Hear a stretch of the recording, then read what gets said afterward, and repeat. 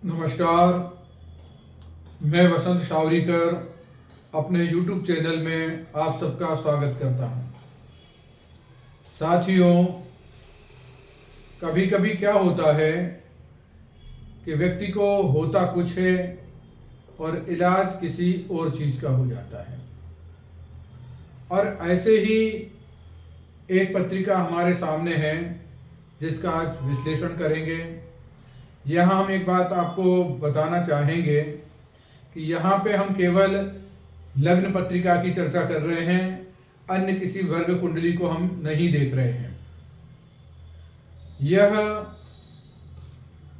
मिथुन लग्न की पत्रिका है और लग्न के जो स्वामी ग्रह हैं बुध, वो अष्टम स्थान में शनि के घर में विराजित हैं।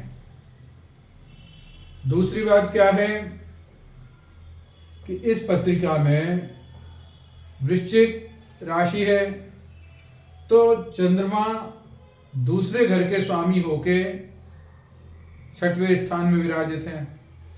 और अगर आप ध्यान से देखें तो छठवें स्थान में शनि भी हैं, राहु भी हैं, शुक्र भी हैं और चंद्रमा भी है।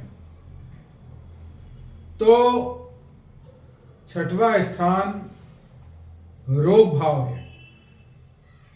और जब चंद्रमा यहां होता है दूसरे घर के स्वामी होकर, तो व्यक्ति को कोई न कोई कष्ट बना रहता है। कई बार व्यक्ति ऐसे कष्ट को प्रकट कर पाता है और कई बार नहीं कर पाता है। यहां पे क्या होता है कि कोई भी ग्रह अपना रिजल्ट कब देता है? जब उसकी महादशा हो, अंतर्दशा हो, प्रत्यंतर दशा हो, सूक्ष्म दशा हो या प्राण दशा हो। इनका जन्म 1956 में हुआ, पर जब इनको राहु महादशा प्रारंभ हुई 2009 के बाद से, तो राहु भी छठवें स्थान में बैठे हुए हैं, मंगल की राशि में बैठे हुए हैं। तो कोई न कोई तकलीफ इनको प्रारंभ हो गई। बार बार छोटी मोटी बीमारियां आना, और राहु महादशा में जब बुध की अंतर्दशा आई और उसके भी पहले राहु की ही महादशा में इनको हार्ट अटैक की शिकायत हुई, इनको स्टंट पड़ गया। तो आप देख रहे हैं कि चंद्रमा यहाँ पे दूसरे घर का स्वामी है। दूसरा घर वैसे भी मार्केश कहलाता है। हार्ट ठीक हो गया। जब इनका बुध प्रभावशाली हुआ तो इनकी किडनियां फेल हो गई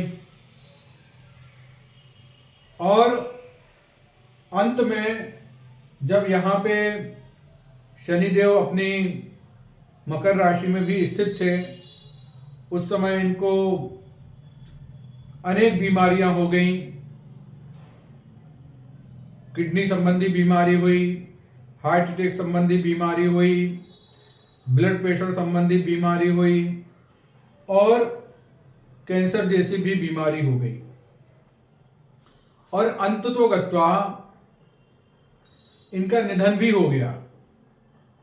पर सवाल ये है कि इतनी सारी बीमारियां होने के बाद लगातार ये इलाज भी कर रहे थे, पर इलाज किसी और चीज का होता था, बीमारी कोई और निकलती थी। और इसका कारण क्या होता है कि राहु का निधन तारे के अंतर्गत होना। राहु मायावी ग्रह है, राहु छाया ग्रह है। छठे स्थान में अगर अच्छी स्थिति में है